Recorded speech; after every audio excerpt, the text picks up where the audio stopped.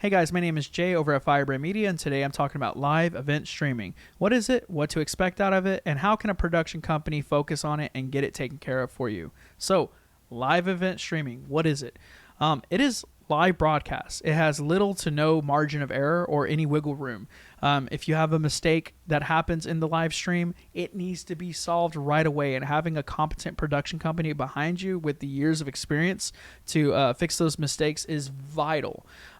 Typically in event coverage, especially in live event streaming, it's pre-planned, meaning that there's a lot that goes into the forward aspects of production or pre-planning, setting up the footprint of production before the actual event happens.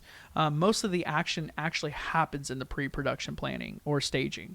Once the event happens, that's the easy part, what we'd say the easier part of the stream. Typically in live event production, you can have anywhere from 1 to 5, even 10 or 22 cameras.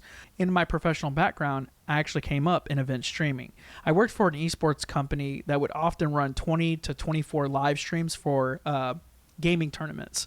As crazy as it is manageable. With the stream director and technical directors monitoring that stream and pipping in slots and commercials and ads and different things on screen, you can easily mitigate the disasters. In a scenario where you have an event that needs live coverage, you often want to plan the footprint, plan the power, and look for the most important thing on site. Hopefully someone can guess it.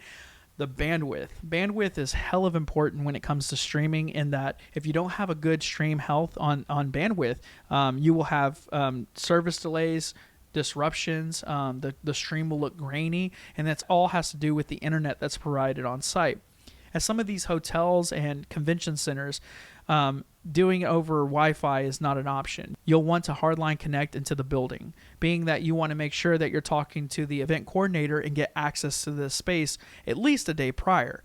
This will give you a lot of information. You're looking to test the internet. You're looking to see where your stream is going to be set up.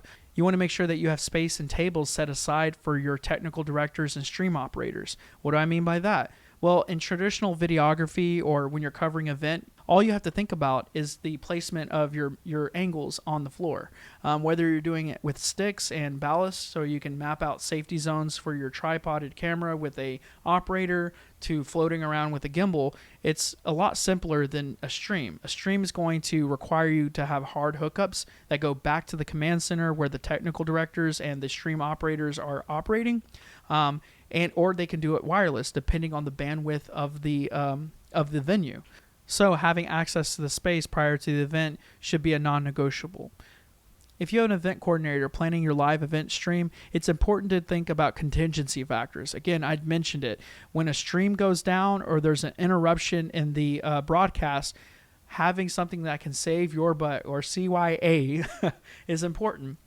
In that case, having marketing collateral created as overlays on the broadcast in case of an interruption ensures that you don't interrupt the feed. Something that people remember is when live feeds go down.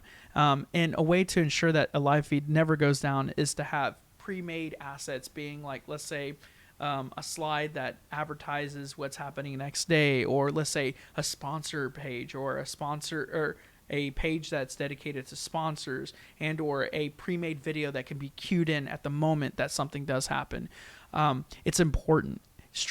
Production is a messy business. We can always anticipate something's going to happen. In our proposal structure, we always outline that we can mitigate up to 99% of issues on site at the moment. But in those cases, having a strong relationship with the point of contact and knowing what to do if this happens is vital. We typically know in events that runner shows run behind by 30 minutes. It's an age-old production joke. But when it comes to a live stream, there's no margin of error, meaning that there should be no gaps in that structure. A live stream is dictated based on that run of show. So if you have a keynote and a panelist, or let's say you have a moderator asking questions, making sure that they stay glued to that time clock, that those movements happen in sequence and correctly, will guarantee that the stream health, and the movements from the production team will reflect that stream. If you're wanting a sizzle reel, an event recap, or some testimonials from the event to go back to marketing, it's often helpful to consult with the production company running the stream to add another videographer.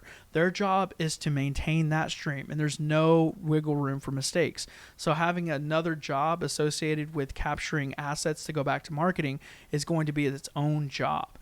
If you have any questions about live event streaming or event production overall, give us a call. We'd love to help.